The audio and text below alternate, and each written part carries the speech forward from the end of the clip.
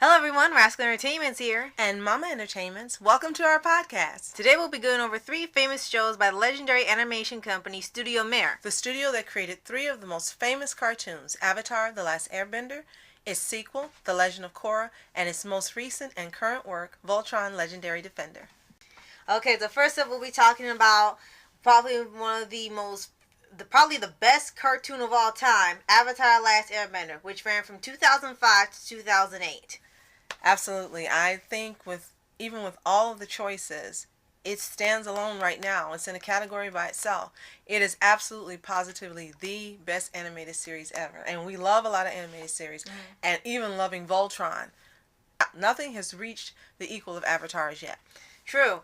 And at the time the show came out, even I didn't know that much about it, but I did watch it and I enjoyed it. It was just a really popular show.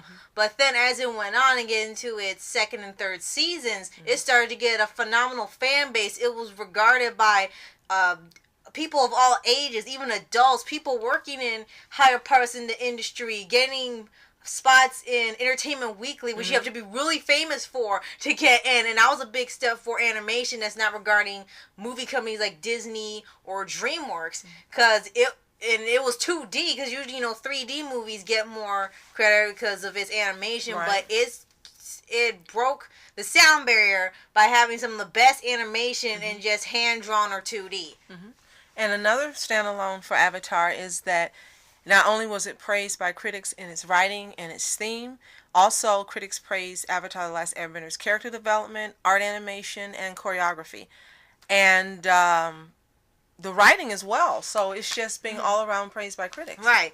It started a bunch of tropes that didn't exist yet, but now every fantasy, big quest, long journey style shows, you're going to automatically think of Avatar because it was the first to take that type of trope and make it into such a big caliber of storytelling and inspiration, creativity, imagination. Just so much went into it that now when you see other shows have that same formula, you're going to think Avatar because that's what inspired these other people to do these types of stories, even me. And it's also the yardstick by which every show of that type comes out. The first thing you automatically gauge it against is how well does it stack up against Avatar. And it's not even something you consciously do. You automatically find yourself going, is this as good as Avatar? How does this compare to Avatar? So. Right. And for the animation, it was very top-notch for early 2000s, because people make fun of the era for having very weak animation, especially when people were getting used to CGI. And 2D wasn't really that big in theaters. Whenever a 2D movie was in theaters, sometimes it would bomb, and it would do better on TV.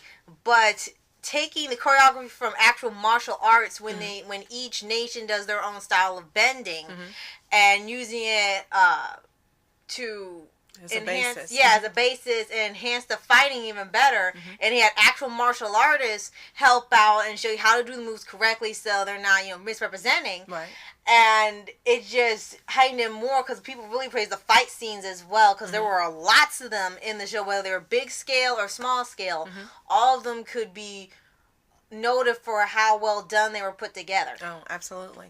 And also with that goes the different styles. Right. How each element embraced a different style of actual martial arts. Right. And you could tell the distinct differences when they were fighting. It didn't look like they just took one style and then maybe made slight changes. You could tell absolutely, as you were saying, the how they went about getting the movements was definitive, and how each different element fought, and it was obvious that each element had its own distinct fighting style, which was unheard of at that time for any animated show ever. Right. And it also held lots of references to anime as well. Before it became something commonplace in cartoons, it was possibly one of the first anime inspired cartoons, because you could tell it looks like an anime, but it's still westernized. Right. And all the anime effects that they used it within it, the storylines, then the references. Plus, when you got Avatar extras when it aired on TV, they'll tell you a little bit about behind the scenes and the storytelling within it. In case it was extra information, if you've already watched the show and you're rewatching it again, it was extra things for you to know on how they came up with this, or it's an Easter egg. And I thought that was really well done, because if you see it multiple times, then this is just extra for you to see. And you're knowing even more without having to go and watch behind the scenes footage or go get the DVDs. You could just learn right then and there little bits and pieces. And it really shows how much went into this show over the years. Right. And I also like the multiversity of the characters. Each nation had a distinct color scheme. Right. A different look, different skin shades, different values. Right. And that was, again, something that up until that time had been unheard of in any animated show. Right. Well, they definitively and purposely made characters that were multiverse. Right. Multi-diverse, yeah. And you didn't have to worry about, oh, they're missing this or they're missing this group of people. Right. No. That one time you hear a complaint about that because it was done perfectly and it went all around the world, so no one was left out. And it still held on to the actual Asian culture that it was based on while doing that. That was just incredible. That was just brilliant thinking. Right. Was it by did Michael Dante DiMartino and Brian Konietzko come up with this, or did okay. Yeah, it looks like they did. Now the big origin behind it is still kind of a mystery, because when you're going that far back, they did have like a small little pilot that went through some more reconstruction before we got the final result. But yeah, this was the idea at first. The only difference was maybe one or two names were different. Okay. And the voice actors were slightly different, but everything else was pretty much the same. It barely had to go through any changes because it was already perfect works being made.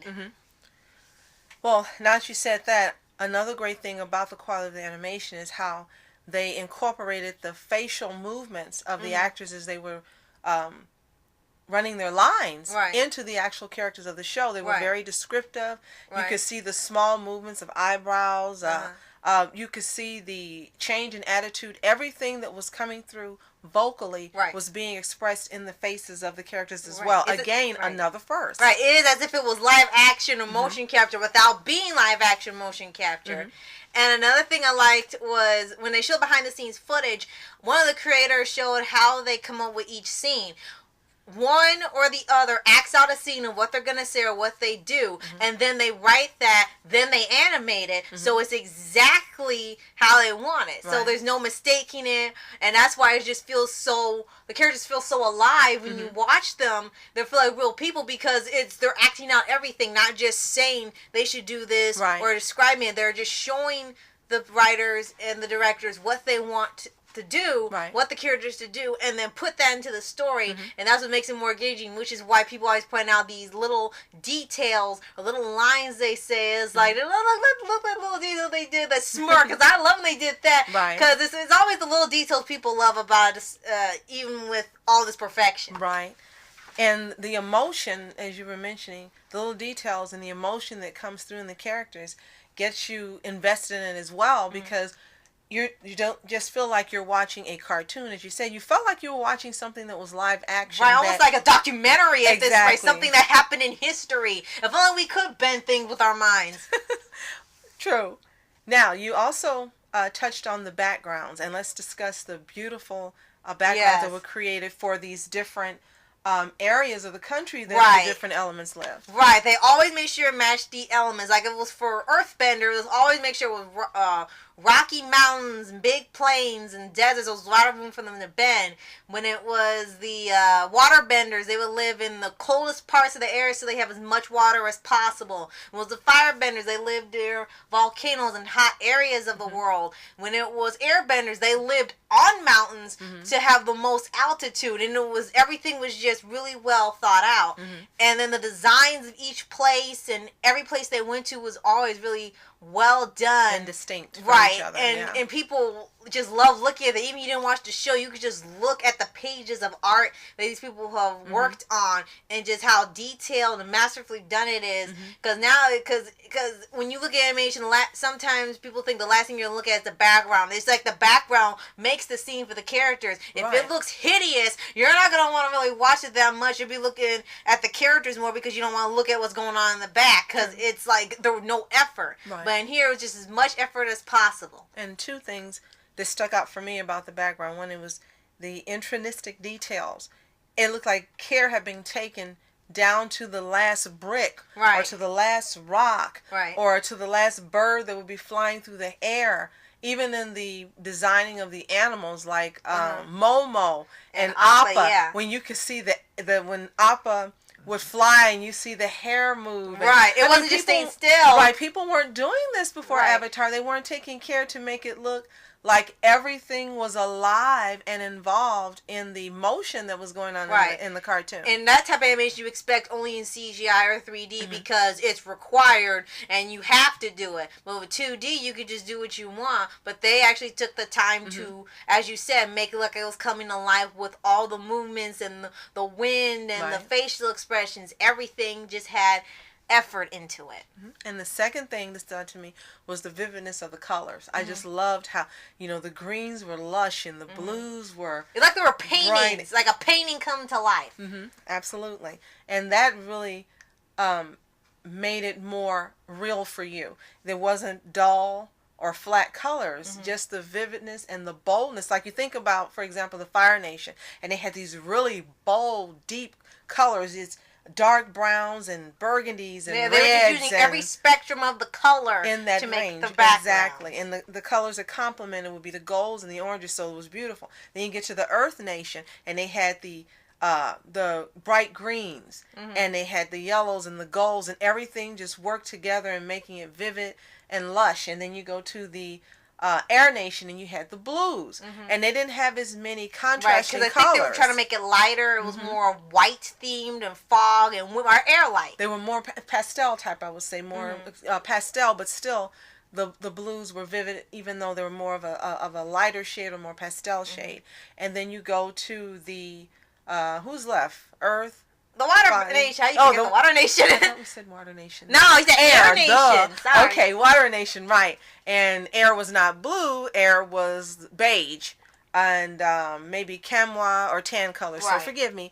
And now we talk about, as you're saying, the Water Tribe and the Water Nation. And their colors were kind of muted like the Air Nation. But still the vividness came through, even though you didn't have all the contrasting colors that were bold. So the color schemes also reflected not the emotion, but it reflected the personality. You could say emotion because it went through, because the water was controlled by emotions, like was shown in the very first episode of Qatar. When she was angry, the water was moving because of how she was acting, and she was angry, so the water was just as angry as her, and it was connected. That's true. So, yeah, you could say emotion with it. And also, it reflected the personality, not really personality, it reflected the constitution of each nation. How they're, like, when you think about the grandmother. Oh, yeah, Grand. And how she was always calm, and no matter what happened, she was in control and calm, and she was astute, and she was directing. And then you get to the Air Nation, and you look at the flashbacks and how they behaved, and how they're very, very kind of aggressive, because of the fire, and confident, and there was a confidence and a surety about everything that they did, even with the training of the young boys to be monks later on. You could see that. And then you get to the Fire Nation, and then wham, pow, everything is just, bold. Yeah, everything's aggressive, and you gotta do this, and intensity to match fire. And also calculating. And they would have these great these massive plans. So that was pretty great. Right. And then you had the Earth Nation. They were laid back and chill, man. Yeah. And the Earth King, he was just like, oh, I'm just going to sit here. I'm just chill. Yeah, There's no war going on outside of the kingdom. And then when the ones that were tough, they were tough as the Rock. Like tough. Exactly. And they were literally hard as the Rock. Mm-hmm. So everything about the quality of animation of this show helped to convey exactly what the writers wanted to come through, exactly what the voice actors wanted to come through in their performance. Everything just lined up and just made the show perfect in its storytelling, right, and its presentation. And now the legacy of the show, and it's still going on. Over a decade later, it's still being regarded as one of the greatest cartoons of all time. And still, people still review it. People still watch it. New people every day are watching the show from beginning to end. Absolutely. And I think what really, really stands out is them being so smart and so gracious to create a DVD collection. Right. Because we have all these great shows now that we want to see. We want to be able to watch them at home. We want to be able to see them over and over again, but we can't because they won't license it, because they won't give the permission for the disc to create it. They want you to pay on iTunes, or they want you to pay on Hulu, or not Netflix, or Amazon, where you're constantly having to put out per episode or for the season. Right. So we are very grateful to Nickelodeon as well as the creators of this show that they've allowed these wonderful stories to be put on disc so we can enjoy them over and over and over, which is exactly what we do. Right. Every summer we watch the show. And it's just so much fun to watch every time, and every time you see something new. And another thing that had a legacy are the characters. Especially Aang, Katara, Sokka, Toph, Zuko, Iroh, even Crazy Azula. All of them were very interesting characters, very unique, different from each other, likable, relatable. Were ones you knew you would like, ones you couldn't stand on purpose. Exactly. A redeemable villain, an irredeemable villain, a hero that could turn bad, or could balance between good and evil.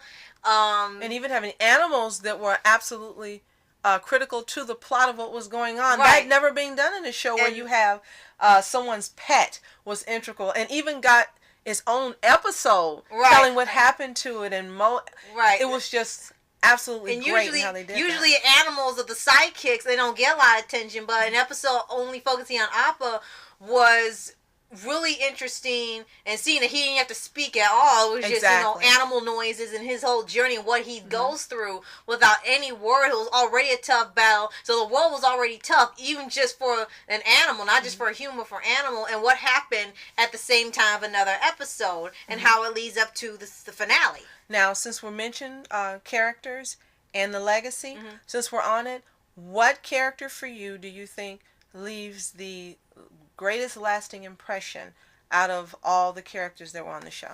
I personally think Aang, just because of his entire focus, what he was taught by the monks, and what he had to learn through from the time being out of the ice to where he has to fight the Fire Lord. He's learned so much, not just from them, but from his journeys and his travels, and from the people he had to fight, who he trusted, who became new friends, and everyone he helped throughout the entire time.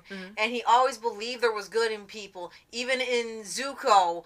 And it turns out, later on they did become friends because he never lost hope in that, even to a point where he wanted to join them. And even though he did trust them, he knew that he had to, lead with his friends and do what was best for the team. But everything wasn't best for his team, his friends, and the entire world. And I think Zach Tyler Eisen was perfect for the voice. Yes. And I think there were two other characters, to me, that also left a legacy. And you mentioned one, Zuko. He started out, as you said, as a villain. But there was something about him in the first episode, even when it first started, you knew that there was more to this character than him just being a bad guy. And as the series unfolded, you began to see the onion and the layers, as Shrek says. And it was wonderful that there was a redemption arc. And he had his wonderful Uncle Iroh to help guide him. He wasn't alone in the world. Like they make a lot of villains in a lot of animated series. They're alone. They're the bad boys. They are rebels. He was all of that, but he had a guiding force, a guiding light, his Uncle Iroh, which was something that hadn't been done in animation at that time. And it helped to redeem him. It helped him to realize... We're not here right now. Please leave a message. And helped him to understand what was most important in life and in being the person he was meant to be as a ruler later on. And the second for me was Toph. Toph's character was groundbreaking. Here was this little girl who looked like she was prim and proper, and she was blind and helpless, and her parents had to take care of her, and this girl was a kick-ass character. Right. I mean, when she made her appearance, the whole fandom, even now, people are left like, wow, you still remember the impact she had, and the impact where they had this character just be strong and independent, and she was playing her parents not because she didn't love them, not because she didn't respect them, but because she knew she was capable of more. Right. And she took those steps to do what she needed to do to prove her capability. And that hadn't been done in any animation, and it was such a great message for anyone. This character shows, you know, with determination. And determination and perseverance. She was able to, step out of parents, like this safe bubble, and go into the world, and she could take care of herself. And the other part that was interesting is she came from a wealthy family. She was just down to earth, no shoes, right? No pun intended. Spitting, hitting people on the shoulder, rough and tumble. You would have thought that she was just a regular person, not someone who was a princess, right? Or who was wealthy and had this role that she was supposed to undertake and this image she was supposed to do. And that dichotomy was what made her character not only wonderful and different and inspiring, but also, I think, a legacy. So I think for that show, as you say, there's Aang, and there's Zuko, and there's Toph, even though every character on there was wonderful and had their strengths and weaknesses. Even the villains, these three stand out and have left a lasting legacy to make this show one of a kind. And if there are people listening to this and haven't watched this show, go right now and buy the DVDs or find it online and watch this show, because you don't know what you're missing. It is possibly the greatest cartoon of all time, and there will never be another show like it. There'll never be another Avatar. Try as anyone likes or may, there won't be. And they did try with The Legend of Korra, which ran from 2012 to 2014. Now, we were kind of shocked that they had a sequel series this late. And originally, this was supposed to be a mini-series. It was only supposed to have one season, 13 episodes, which is why the story was so short. And this one focuses on the next Avatar after Aang, Korra, who was from the Water Tribe, and she goes to Republic City to get her airbending training, because apparently she mastered all the other elements off screen. And at first, we were kind of unsure of this show because it was completely different. It took place many years later. It looks like it was taking place in the 1920s with this designs of big cities instead of towns. And I think before that, everyone really wanted Aang back, and everyone was hoping, hey, this was going to be a continuation showing us what happened later. But no, they went a whole different route, whole new character, the next Avatar after him. And like you said, we were a little like, let's see how this goes. That character can't be as great as Aang, but this is what happened. Right. First episode, they show her, and the first time they have this character on screen, she's a major butt kicker from the time she has her powers to now. She's a bit hard-headed, but she'll listen if she has to. And she just kicks butt every time. And she was the total opposite of Aang. Right. She even mentioned that in the show. It's like, I can't believe your sweet-tempered father was being turned into this tough girl. But you came to grow to love her character as well, and this cast of characters, and they were able to, the writers were able to make another distinctly different show from its previous series. Right. And it was believable, and it was wonderful. As you mentioned, it had, it was cast into the future. Right. And had different elements. So continue. Right. It looked like it was supposed to be the 1920s because they were just inventing, they had the telephone lines, they were making movies, they just started making movies. Cars. Right, and cars had existed now. And it was a little different step because you were wondering how would benders react to technology, because you wouldn't need the bending if you have technology. So they just went slightly ahead. Not far ahead to where you have now with the iPhones and computers and stuff, but just enough to where they still need bending as a part of their society. And you knew it was a different time period. Right. And they also had a different type of criminal element. It wasn't the Fire Nation wanting to dominate the world. There was literally gangs and criminal elements that were wanting to have all of the power. Right. Like, was it Shady Shin. Yeah, and all these gangs on power in Republic City. Yeah, so that was a different approach. And originally, like I said, it was supposed to be a short season, just 13 episodes. But then this got monster popularity too, and people wanted to see more. So Nickelodeon went ahead and gave it 3 more seasons, not 2 like Airbender, but they want 4 seasons, the whole package, to see how much can they go with this show in 4 seasons. And even though each season was only 13, they still managed to do a lot within that time, despite its ups and downs. They told so much story in such a short period of time.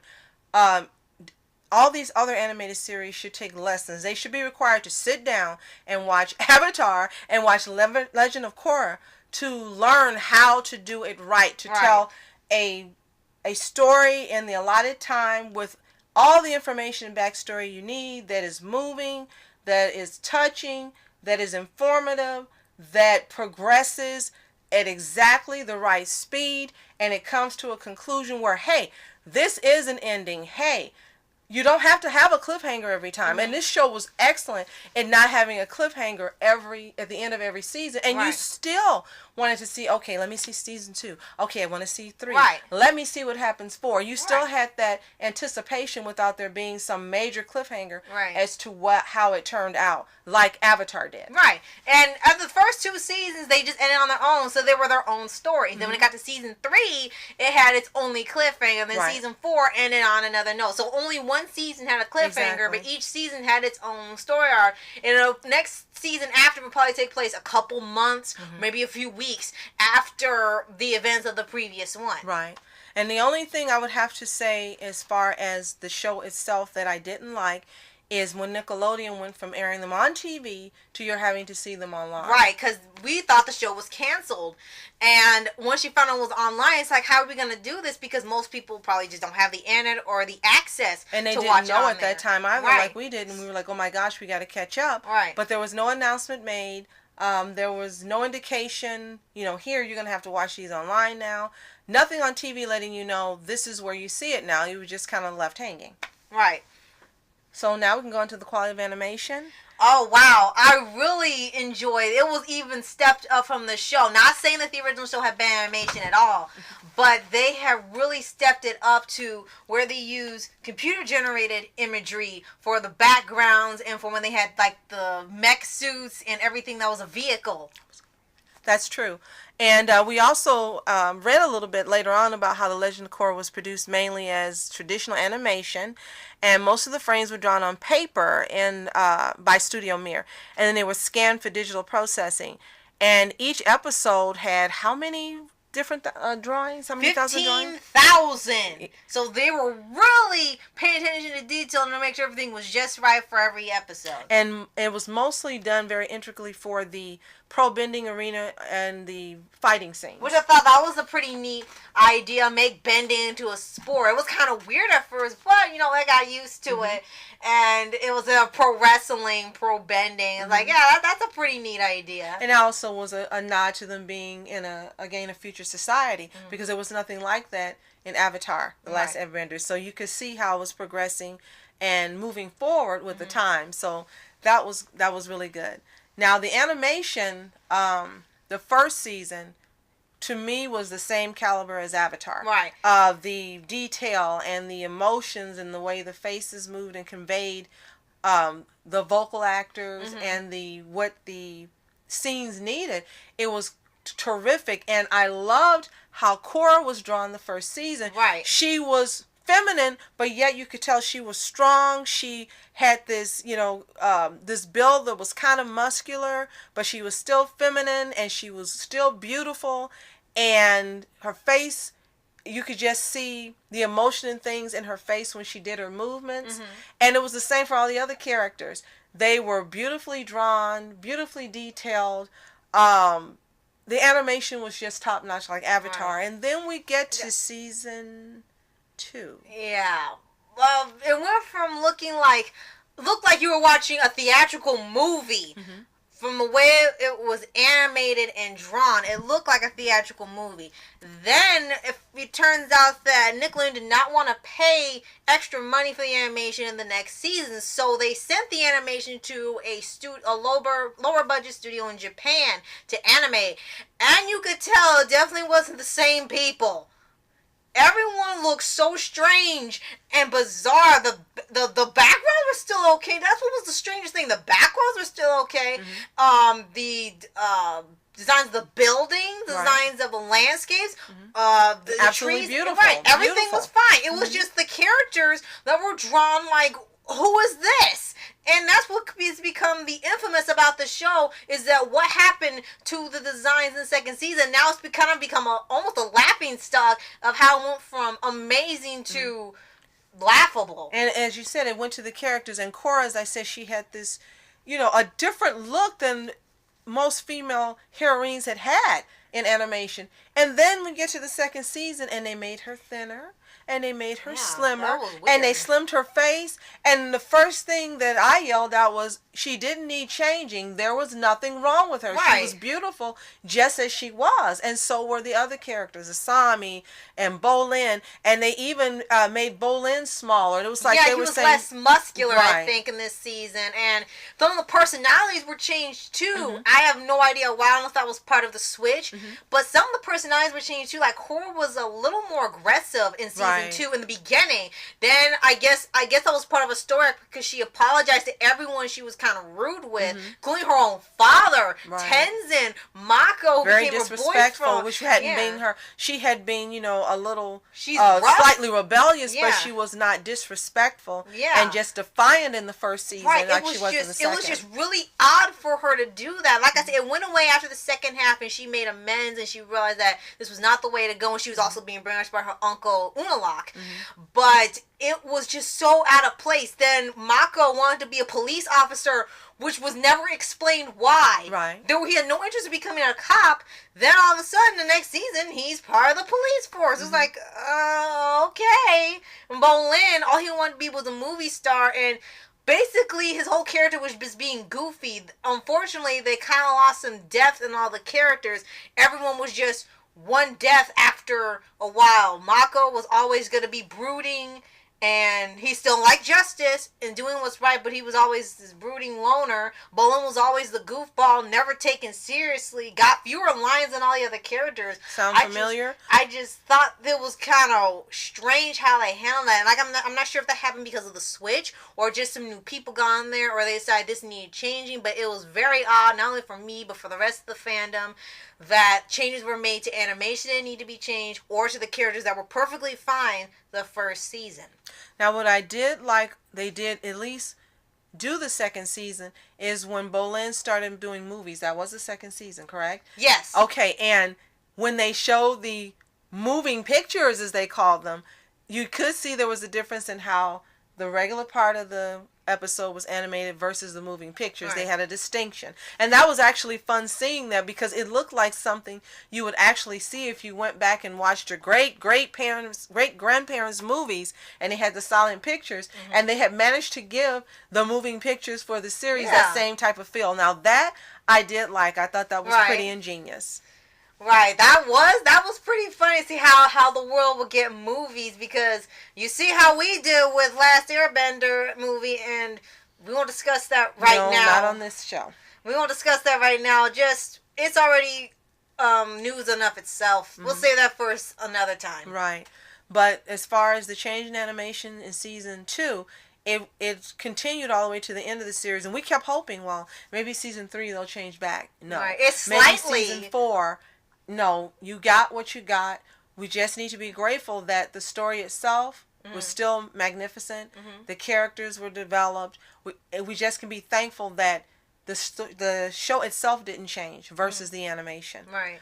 And I wanted to mention this because when you mentioned about how Mako changed and Bolin changed, if any of you are viewers of Voltron, you can see them doing the same thing, unfortunately, to these characters. Right. As in terms of Bolin is Hunk. And Hunk has gone from being this brilliant, joke-making, thinking person who was kind-hearted, and they didn't listen to now a joke like Bolin became. Yeah, and we'll discuss that a little right, more we'll later. Wait till we get to that, but it's coming up. But yes, when I said it sounds familiar, if you're watching Voltron, you're going to immediately know that this sticks out as being distinctive in how, I guess, they tend to do characters in succeeding seasons. And this show, just like its predecessor, had its own legacy. At first, it started off a little rocky, but then at the end of its first season, it got a following, and people loved it. And even though it had ups and downs, it was still a great show. Nowhere near as great as Avatar, but it was still good on its own. I think it had its own greatness. Avatar is still the best series to me. But Legend of Korra did great because they gave us a lasting legacy of a heroine who was different from any you had seen in any other season. Of having her supporting characters who worked around her and were her friends. As they were dubbed the new Team Avatar. Right. And then they also showed a heroine who was getting training from a man who didn't have an issue with a male training her. She saw him as a father figure. She saw him for the mentor that he was, and that never came up in the show, which I really, really liked, because that's not what the show was about. You also had the legacy of Asami and her father, when you had Daniel Day Kim doing Mr. Sato. Right, that was pretty neat. And Mr. Sato being this brilliant man who was actually the creator of many of the advances they had. Right, and the car, basically. The Sato, was called the Sato-mobile? Right. And also didn't help you look like Theodore Roosevelt. Right. And unfortunately, he was corrupted by how his wife had been killed. But still, this was great in the legacy of showing he had reared his daughter after his wife's death, and he had reared her to be this strong, independent, beautiful, intelligent woman. And again, this hadn't been done up to that time. So you had some great female characters that we have to point out. And then you have Mako and Bolin. And for me, the great legacy of them is the brother dynamic. They had, a couple times that they bumped heads, but the love was there. They could depend on each other. And Mako had taken care of his brother all the way till he grew up after their parents had died. These were things that, again, had not appeared in other animated series. So it has its own legacy there. And we have to mention the final legacy in the final season. It has to be mentioned, where there was the appearance of same-sex love interest between Asami and Korra at the end. And that was also groundbreaking as well for a major show. Right. And I personally did not see it coming at all, because I've always seen every community and every fandom may have this own couple that's the same sex, and they say, oh, it would be great if it happened. And you kind of knew it wasn't going to happen. But this was the first show to have that. And it took me by surprise. And apparently there were hints in this third season. I saw the hints. Yeah, in this third season, apparently there were hints. And someone made a video online saying there were hints that that showed it. I didn't know, but you knew. Yeah. And I didn't catch them at all. That's why at the last scene I was like, what? I was very surprised of them going that direction. But I think it worked to their advantage, because you had those who did see the hints, like the blushing and how she was caring for her after, how Asami cared for Korra after she was injured. Those were hints that, probably because I'm older, they were obvious to me. But it also worked to their advantage, because those who didn't see it were really, really surprised at the end. And it was, they were shook. But for me, it was like I saw it coming and I knew it. And again, for people who saw the signs there. So it worked to their advantage that some knew and some didn't. It worked very well for the ending. It still was a powerful ending. And even though some people knew and some people didn't. Right. And are there any other legacies you think stand out for this show before we move on? Are you hoping for another series from them? Well, they did say they were done with Avatar for now, and they're working on comics, and one of them is doing a sort of sequel series to Legend of Korra about Korra and Asami's adventures in the spirit world, because of how the series ended. So I'll be looking forward to that and trying to find if it's already out. I haven't found it yet. But another thing I want to point out. That would be great if they actually made that a series. That would be great to see, because then it would be a whole different take, because you know how the spirit world was with all this different, right, and how it evolved from the first series, and how kind of territorial spirits are now, and how Toph was still there, and Iroh, you could see him, and how they went to vacation. That would be an awesome series to see. Right.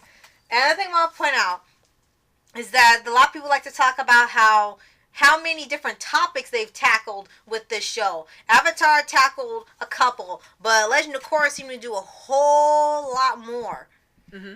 Like they had, with the villains, each had their own thing, which is pointed out within the show. Like Amon, who wanted equality, but was corrupted. Right.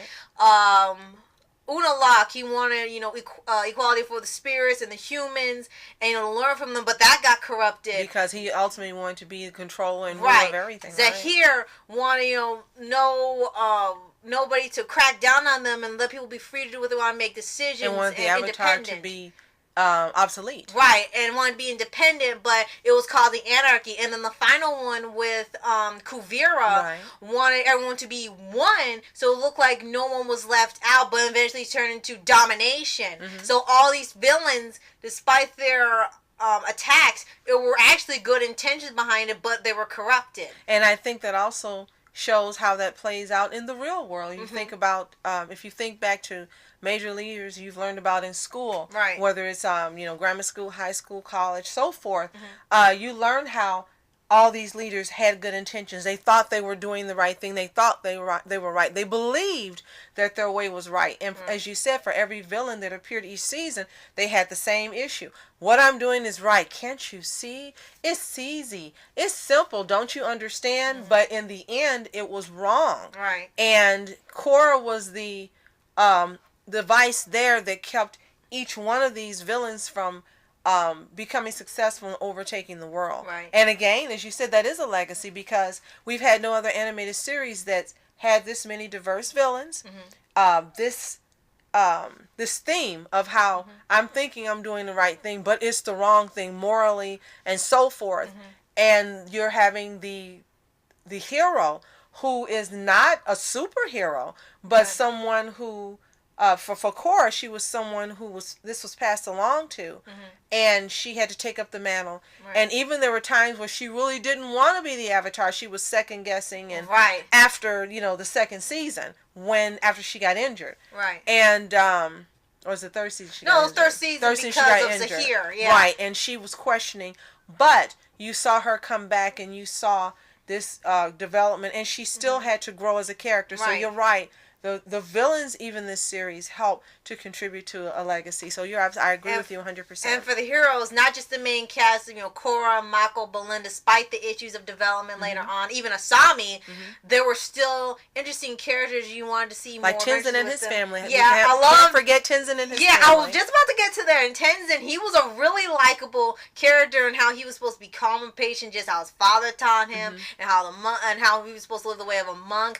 But it was sort of outdated, considering how the rest of the world is, and the new airbenders that came in later were not nomadic like him, and it's dedicated to being focused on just the one thing. They wanted to live a normal life, right? So they were unfortunately thought they were being forced to do other things, but once he gave them the choice, then that made it more accepting, and they went and started to train and focus their skills, because it had been such a long time since airbenders, so now it's not as easy to live like that. Now they have lives and families and jobs and it's a whole different world. Right, exactly. So now the airbenders can't live like that anymore. None of these nations could live like that anymore. They all had to live their own lives because of how the society was built. True.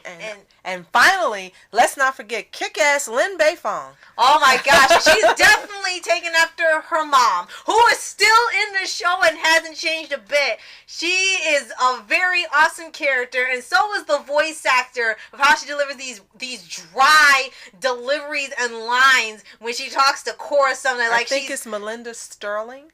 Mindy Sterling. Mindy Sterling. And it's just funny how sometimes she just acts with some of these characters like she's always dry, or she's got this sort of not resentment, it's more of like annoyance, sarcasm in her tone. And every time you talk to her, she's got something smart to say later, and it's always perfect. Like when they were trying to get Korra off the hook, it said, "Oh, Lynn, you're looking radiant." Cut the garbage. What do you want? And I don't think anyone else could have made that character as perfect as she is. Right. And the last thing connected with Lin Beifong is how they showed the relationship between she and her sister and her niece. Right. And again, that was something else that was different from anything we've seen in animation. Right. And then you saw how they were different from each other, and how Toph had ended up treating each one. It was just a great story. We won't go into it because we need to move on now to the final.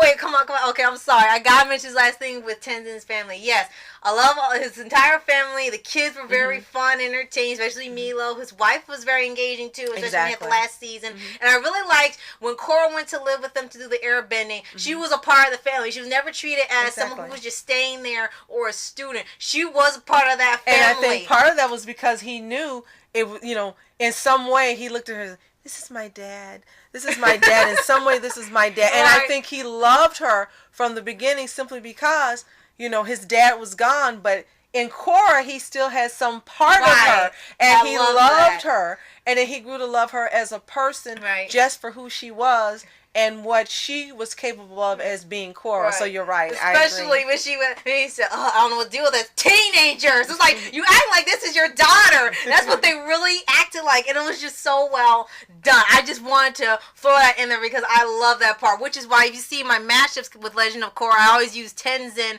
and his wife as their parents because I just love that dynamic they had in the show. Okay. And now we'll move on to our final show that was a great show, that's legendary show that was animated by Studio Mir, and that's Voltron, Legendary Defender. Now, I didn't know this was actually an 80s reboot. It was preceded by Voltron, Voltron Fleet of Doom, Voltron the Third Dimension, and Voltron Force. That's the only one I'm familiar with because when I was younger, I heard of Voltron Force. It aired on TV, and this was going through a phase when being in the future and being a spy was the it thing. All shows had to be with that to get in ratings, and I just never got into Voltron Force because it just seemed weird, and it was taking place in the future. It was just really bizarre with all the other shows they had, and that was the trend. Didn't even know it was an 80s reboot until last year.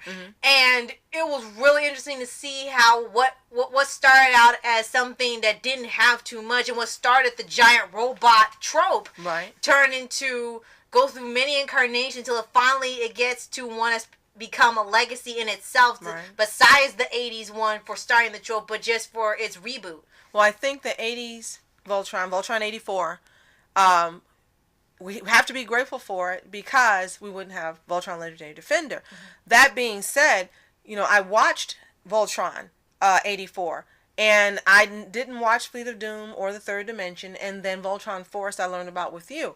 But there's such a difference between, of course, that show and this one. It's not just because of the animation and the time period, but it's the writing. And I really think we need to give great thanks and credit to Joaquin Dos Santos and Lauren Montgomery because they've made Legendary Defender a show of its own. It's not just a copy of the previous incarnations. It's a totally different show that stands on its own, that has great writing, great characters, great animation.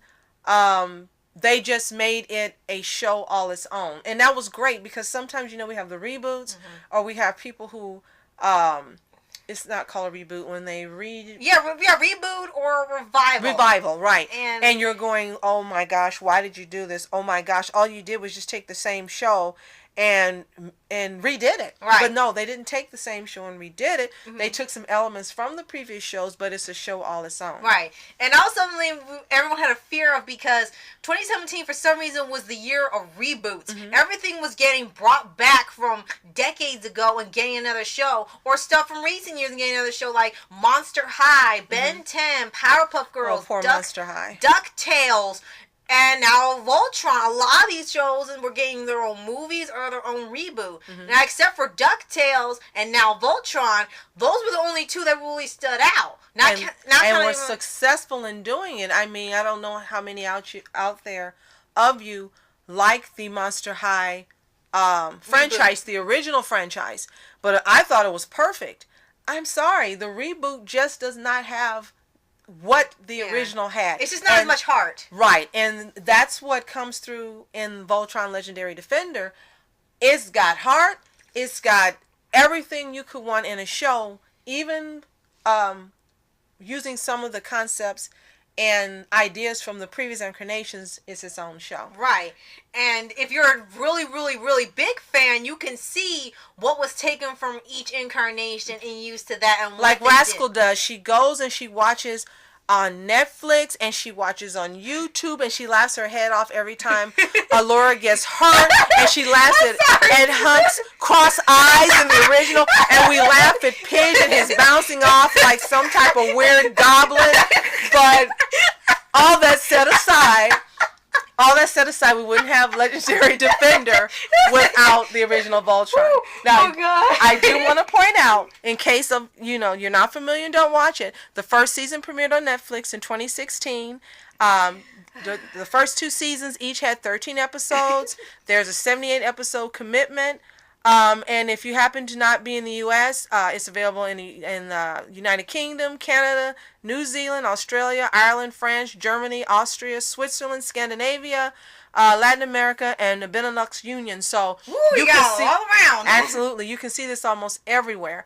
And all the seasons are available, although we got robbed on fake season 3 and fake season 4.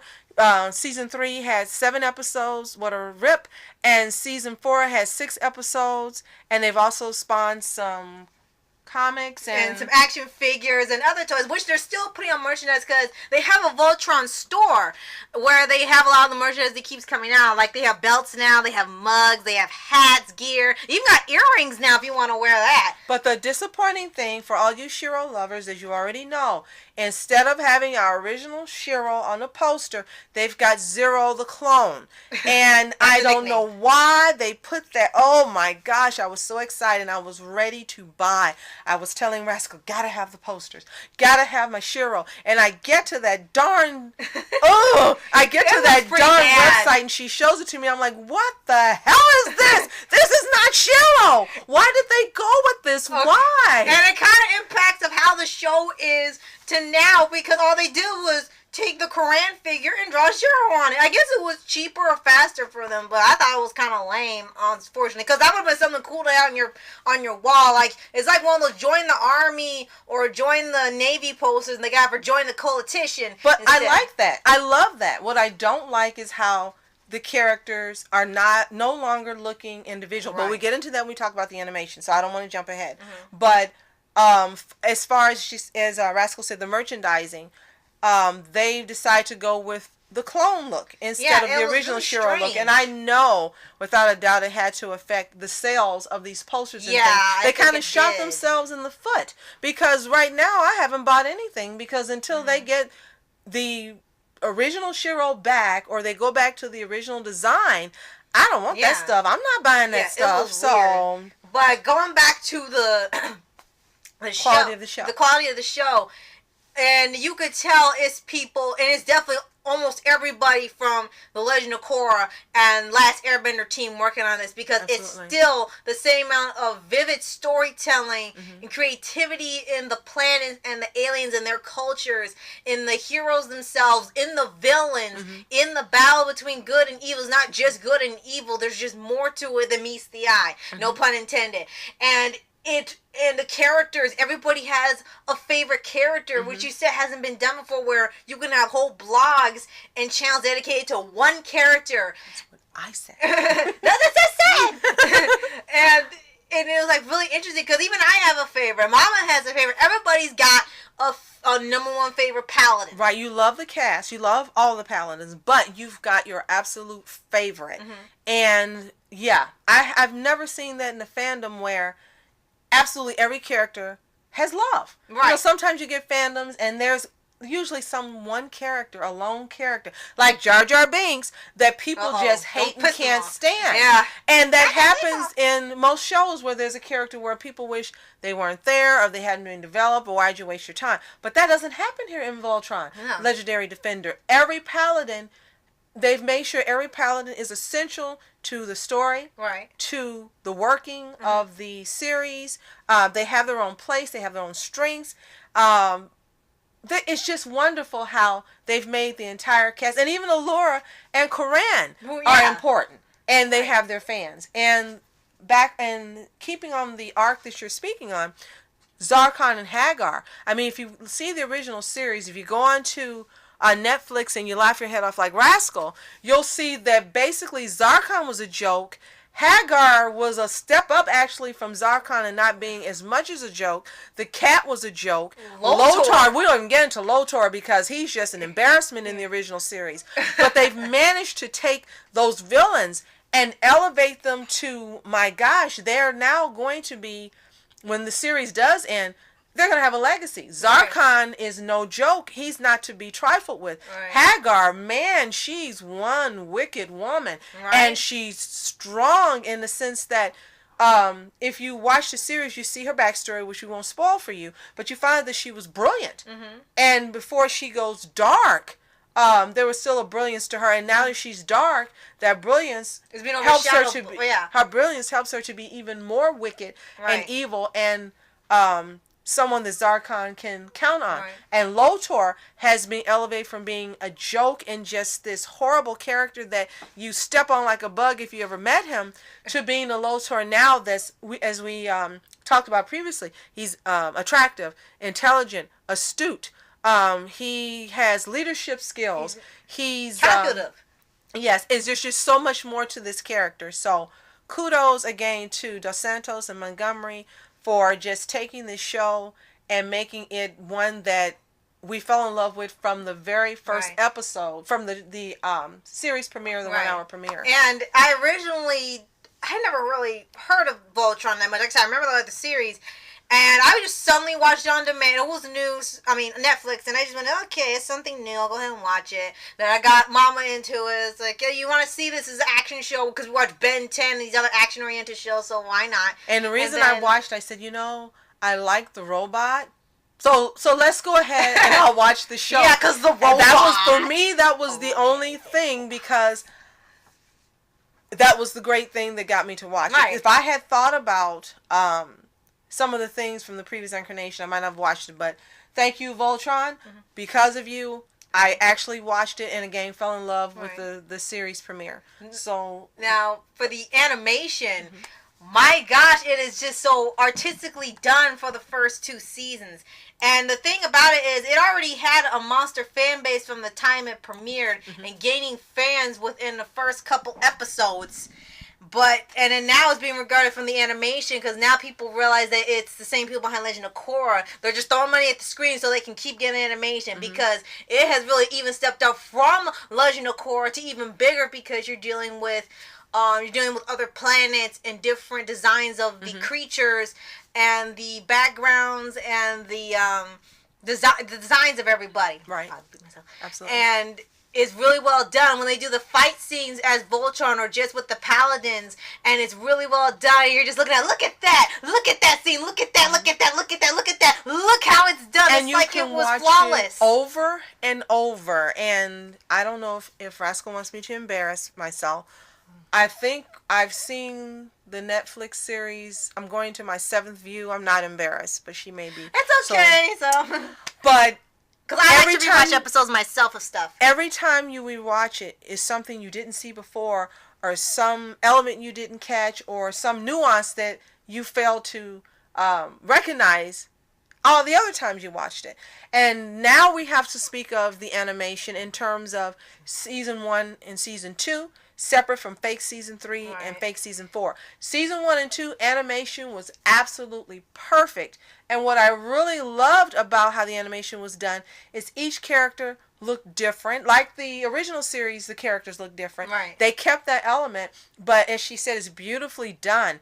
Each one has, you can look at them and you can see the personality come through in their drawing. And they each have their colors, of course, that line up with the lions. And they each have their identity that comes through in the way each is being animated, including what I have to keep mentioning, Allura and Karan, because you have to count them, even though they're not. Well, Allura's part of the lion now, but still, you have to count them as part of Voltron. Because they're all one team. Exactly. So, I do love that about that. Now, what do you like about the animation in seasons 1 and 2? I thought it was really well done. Very detailed, very vibrant background, especially when you did the planets and you saw the atmosphere when they were showing animation on the quintessence. I thought that was really neat. When they have the fight scenes, everything was always intricate. And they had this one scene with Shiro when he would use his arm, and it was just like showing you from the time it starts to the time he hits the opponent, like the entire process. And it was just so well done. Everyone was distinctively designed. And you knew, right, and they were just distinctly designed, and Keith looked like he was the most anime of them all. Yes, you knew he was the, you knew he's so he was the anime character. He was meant to be the anime character with the big eyes and the hair and his outfit. So you was understood. Yes, you understood my second favorite character. You understood he was meant to be the shout out to the anime. Right. And the other characters, were drawn great, but Keith was the anime character. Right. Absolutely. Now, for after season... Let's stay with season 1 and 2. One more thing I want to mention. Okay. I love the voice actors that they joined to the characters. Mm-hmm. They could not have gotten more perfect people to be these characters. Mm-hmm. You've got Josh Keaton as Shiro. You've got Stephen Yeun as Keith. Love Stephen Yeun. You've got Tyler Labine as Hunk. You've got Bex Taylor-Klaus as Pidge. Mm-hmm. And last but not least, you've got Jeremy Shada as Lance, who you may recognize from the Cartoon Network show Adventure Time as Finn the Human. And we're still going to give a shout out to Kimberly Brooks as Allura. And Kyrus Darby as Karan. It's Reese. Yeah, that's his name. Darby. Yeah. Darby. Okay, we want to get it right because we love you too. All these people, voice actors, were perfect for each character. And I can't imagine anyone else doing these characters. I can't imagine someone leaving and someone else taking over the roles. It would be an atrocity. And also, shout out to Cree Summer because she's a boss when it comes to doing animated voices. Right, and she's the voice of Hagar. She is amazing as Hagar. I mean, the wickedness and the evil and the determination all oozes from that beautiful voice of hers. And I mean, no one else could do this. It couldn't be like Shaolin Chronicles where you get someone else to be a reasonable facsimile. No one could do this character like Cree Summer. So you got to give a shout out to her. And Zarkon is very distinctive.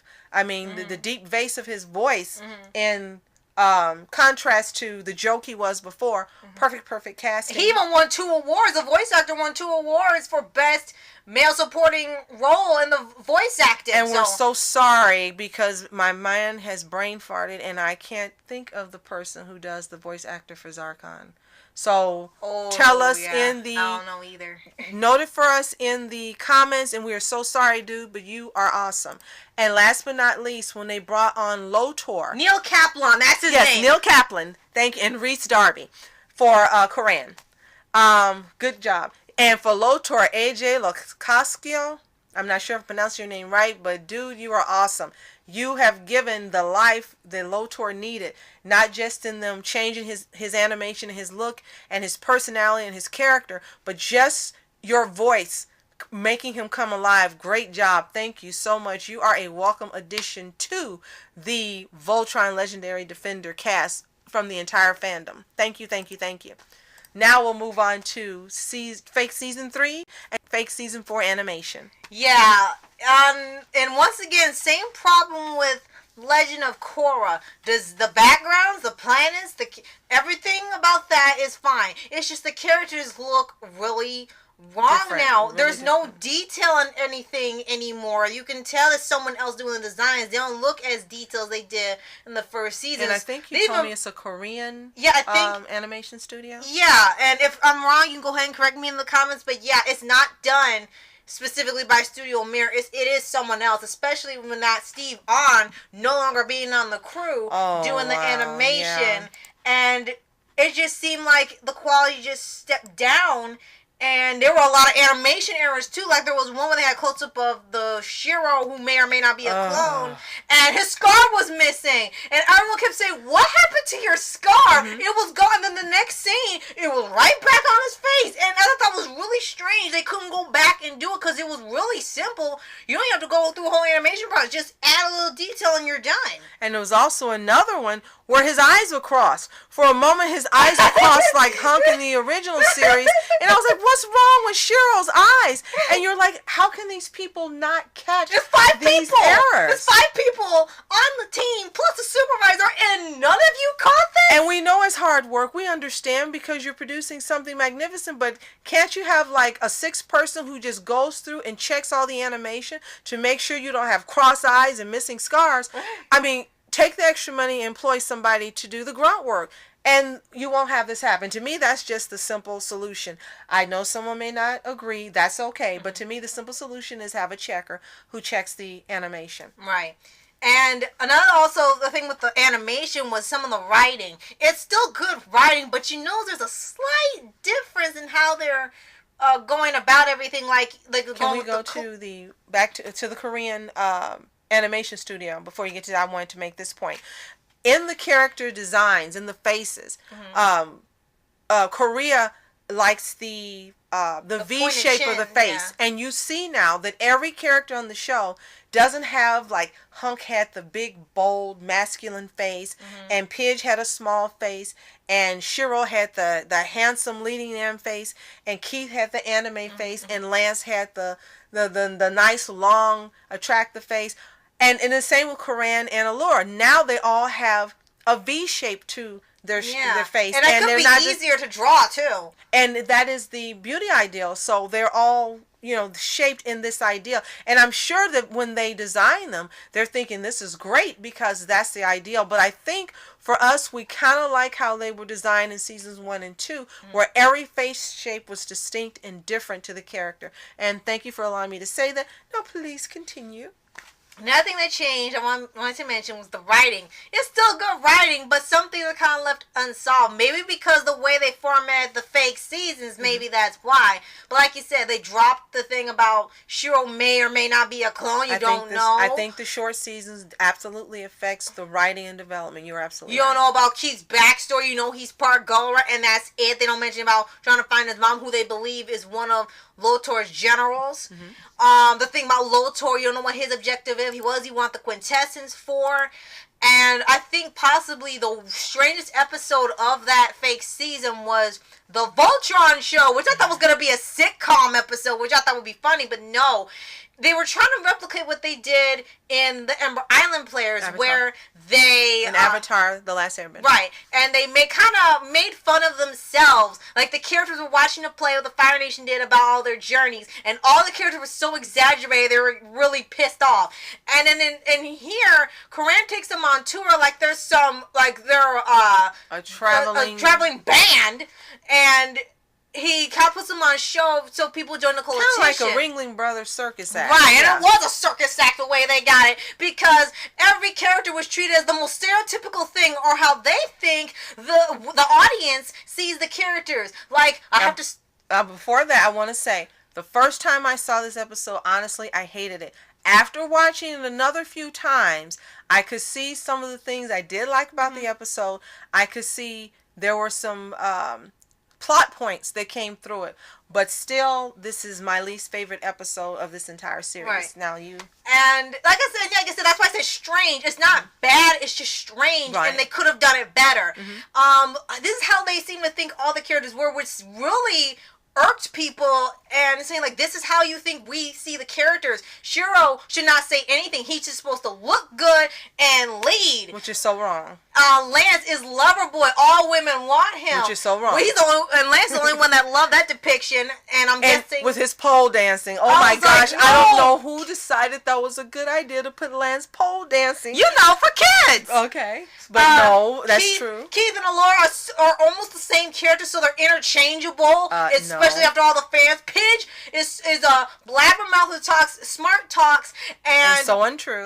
And no one knows what she's saying anyway. So if you make up terms, you won't know if it's actual science or not, because everyone's an idiot. So untrue, because Voltron Legendary Defender has some brilliant fans out there who know exactly what's being discussed. Props to you, brilliance. And last but most definitely not least, Hunk, who was my favorite, went from being as the engineer and and one of the smart ones, almost the smartest Pidge, to be the clown, the one who makes fart jokes, the one who's the fat one. All he does is be the clown for the team, and he can't take care of himself. And definitely not true.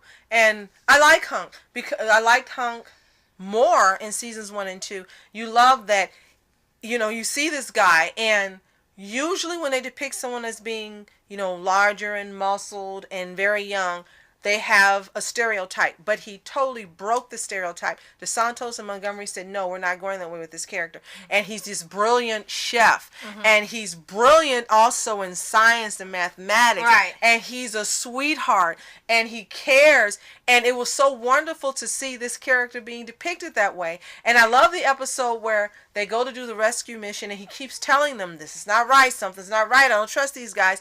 Oh, it'll be fine, it'll be all right. And then what happens? They double cross him, like, I told you, and no one wanted to hear it. Right, they didn't like him telling him, but these were shouts to just how complex his character really is, and how brilliant he is, and how he's not a joke.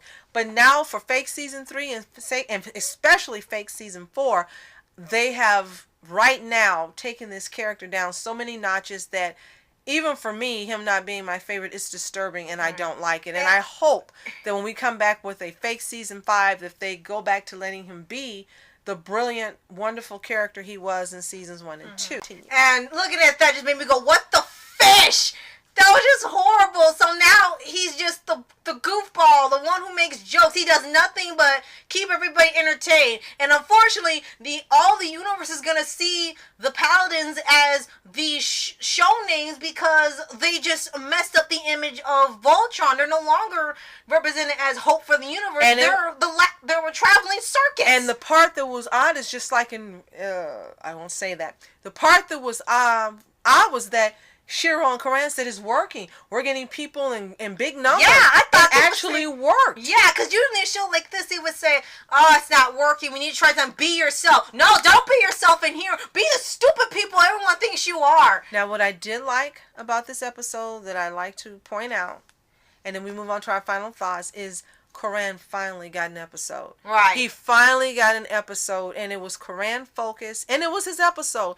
And I was really, really happy about that because everyone else had their episodes except Koran.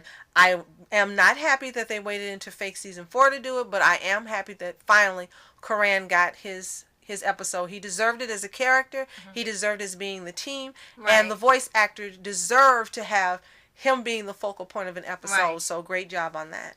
So let's give our final thoughts on Studio Mir's impact on animation. And it really has stood out against all these other companies, just not even as a network, but just animation, period. And all 3 shows, they have shown that despite they can have some up and downs and some challenges when it comes to the animation and writing, they can still prove that they have great people behind the writing, behind the development, behind the characters, behind everybody. And everything is always there down to the last detail. True, very true. And they're going to be, I think, legendary in their own right.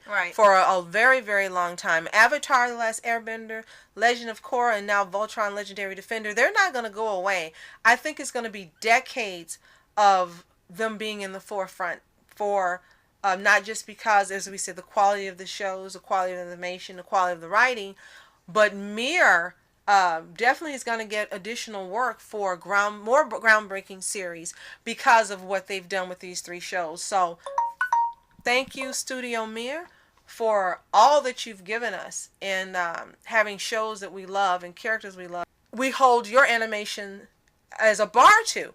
How good are they in comparison to these shows? How great are the characters' designs in comparison? You've just made yourself legendary. There's no other word for it. They should be the legendary studio. And thank you for inspiring so many people from the time of Avatar to Voltron, inspiring so many people to create their own cartoons and their own stories, and showing how relatable the characters can be, and actually making people help who have, depression or anxiety, and the positivity and the emotion in all these shows, and helping them with that and getting them through these things, and just for people in general. Absolutely. And of telling all the stories. ages. Of Of all ages. Just don't matter if you're a kid all or an backgrounds, adult. ages, and everywhere around the world. Right. So thank you. Smooches Mir. And our next podcast is going to be on... Oh, wait, no. We said Cartoon Network.